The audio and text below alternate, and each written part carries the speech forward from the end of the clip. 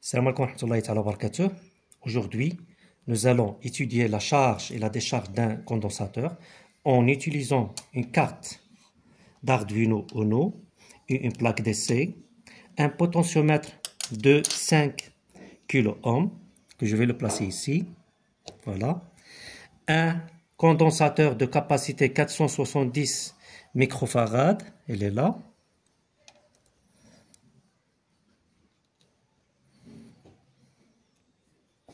Avant tout, je vais alimenter cette plaque par 5 volts. Donc voilà, il est alimenté par 5 volts.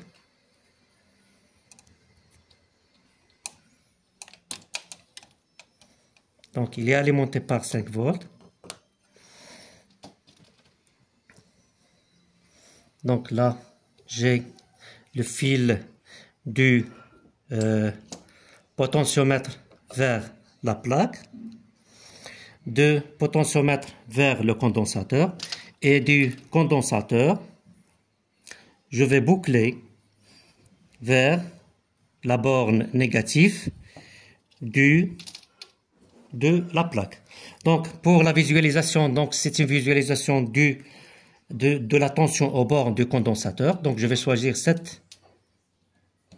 ce borne là et je vais le visualiser en A0.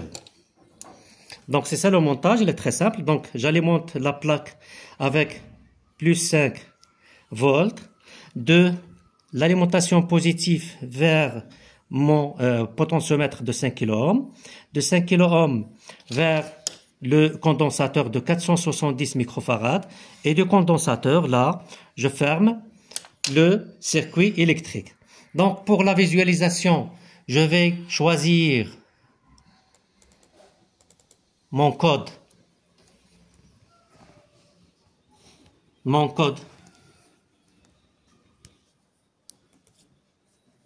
Voilà. Donc c'est le code d'Arduino que je vais le téléverser.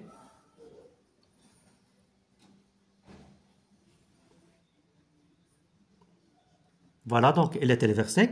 Et pour la visualisation de la tension aux bornes du condensateur, j'ai 3 méthodes pour la visualisation. Soit j'utilise un traceur série qui est là. Donc le traceur série, il est là. Donc il affiche 0 volts car le condensateur est déchargé. Je vais le charger maintenant. Donc c'est plus 5 volts. C'est plus 5 volts. Donc voilà, il est chargé jusqu'aux 5 volts. Donc là, on constate qu'il y a un régime transitoire de UC et un régime permanent. Et en deuxième phase, je le décharge par un commutateur.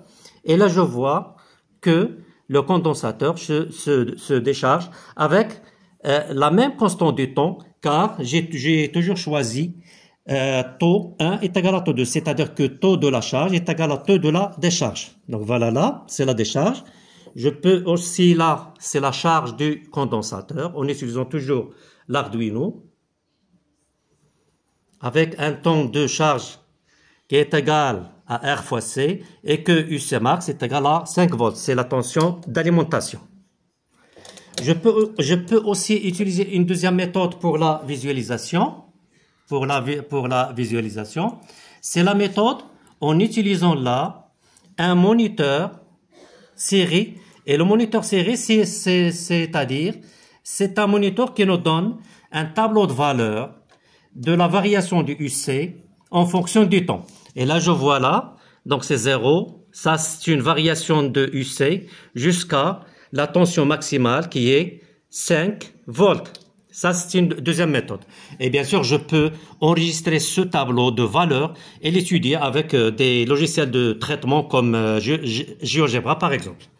Il y a aussi une troisième méthode, et ça, c'est une nouvelle méthode, en utilisant l'Excel. Et ça, c'est nouveau aussi, avec l'Excel. Donc, je peux utiliser l'Excel. Donc là, je vais choisir Excel. Donc, Excel. Et dans l'Excel, on peut, voilà. Donc ça, c'est une nouveauté dans l'Excel, que je peux traiter aussi mes données directement en utilisant l'Excel.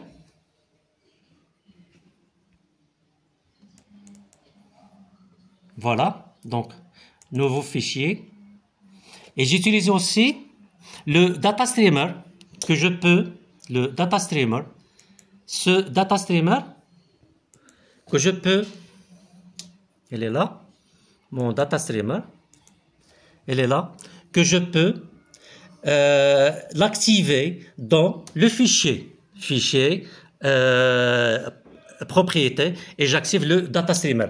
Vous voyez là que lorsque j'appuie sur le data streamer, je peux aussi donner ici connecter un appareil, que je peux connecter mon Arduino Uno. Voilà, il est déjà connecté.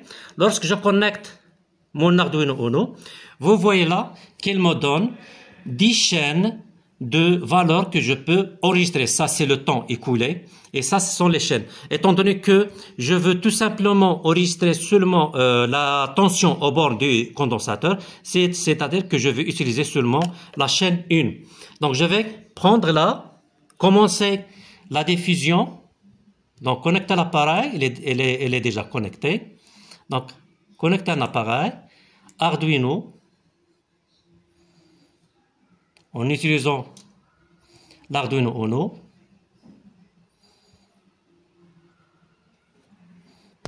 Et je peux aussi diffuser mes données. Voilà, elles sont là, diffusées, en utilisant, voilà, en utilisant soit la charge, soit la décharge.